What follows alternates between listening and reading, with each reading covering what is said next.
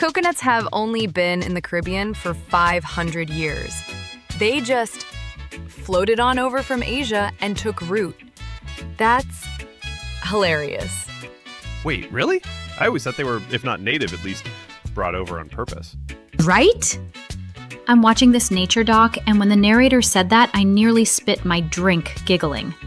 They're remarkably buoyant and just bob their way to a new shore. So carefree. Truly a fruit destined to be in the Caribbean. Are you suggesting coconuts migrate?